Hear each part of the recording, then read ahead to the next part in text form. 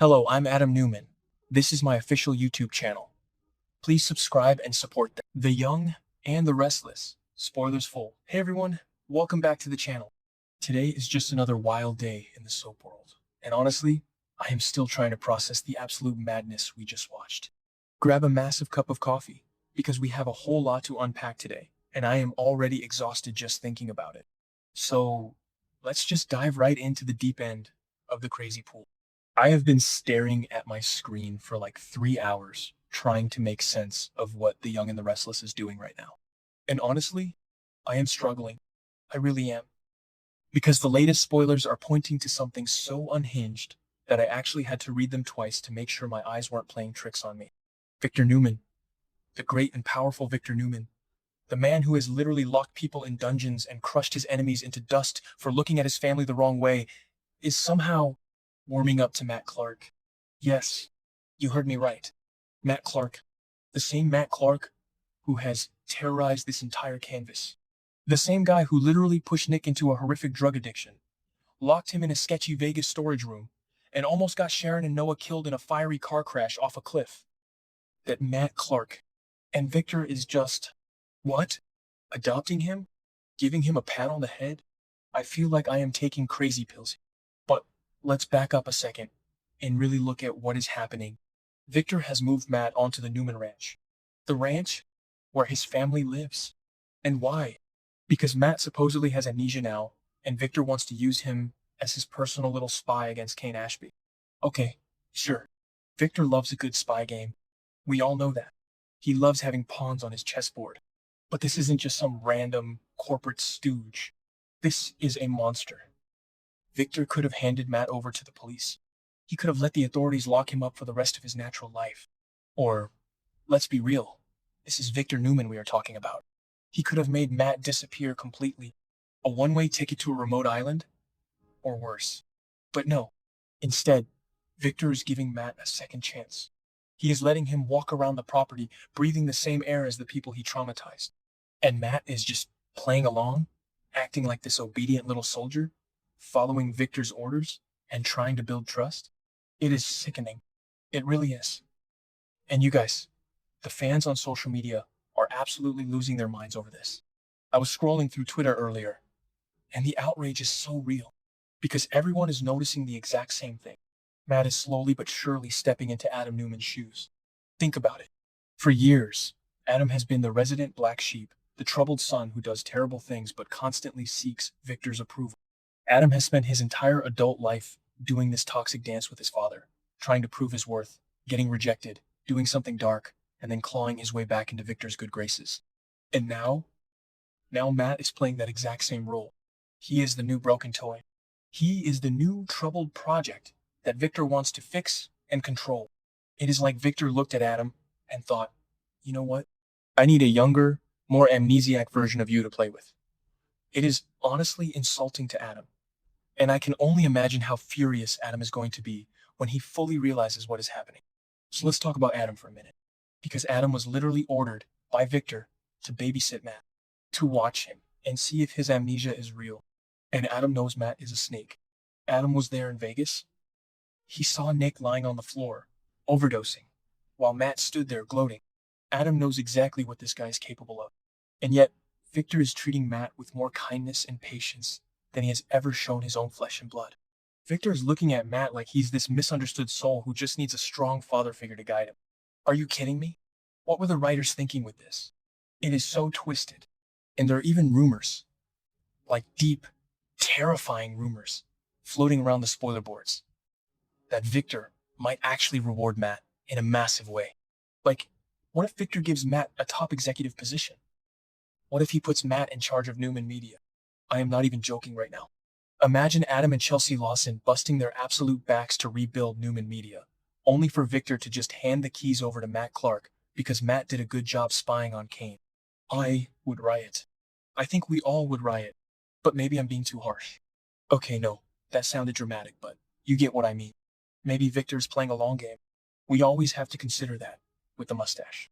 Victor is always 10 steps ahead, right? So maybe he is just keeping his enemies closer. But even if that is true, the collateral damage is just too high. Look at Nick. Nick is currently going through absolute hell. The guy survived a fentanyl-laced drug spiral that Matt intentionally caused. Nick crashed his car, almost died, and is now dealing with the psychological fallout of all of that. And Nick's current coping mechanism? He is literally trying to help Matt cure his amnesia just so Matt will remember all the evil things he did so Nick can beat the living daylights out of him with a clear conscience. That is how messed up Nick is right now. He needs Matt to be the villain so he can have closure. But Victor doesn't care about Nick's closure. Victor only cares about his own games. And then there is Sharon. Oh my god. Sharon. My heart literally breaks for her. Sharon is living in sheer terror right now. She was assaulted by this man. She was terrorized by him. She had to drive a car off a cliff in Vegas just to save her son Noah from him. The trauma that Sharon holds in her body because of Matt Clark is immeasurable. And Victor knows this. Victor knows exactly what Matt did to her. But Victor moved Matt onto the ranch anyway. It is so callous. It is so cold. How can Victor look Sharon in the eye and tell her that her abuser is now living a few hundred yards away because he's useful for a corporate espionage plot against Kane Ashby? It makes no sense.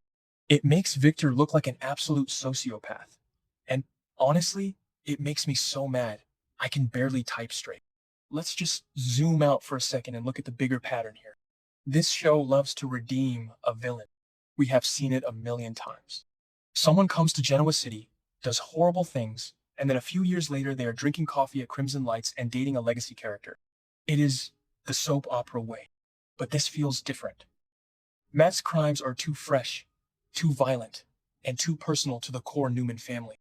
You can't just sweep the Vegas hostage situation and the forced drug addiction under the rug because Matt bumped his head and forgot about it.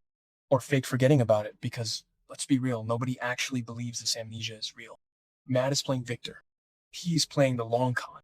And Victor, who's usually the smartest guy in the room, is totally blind to it because his ego loves the fact that Matt is kissing his ring.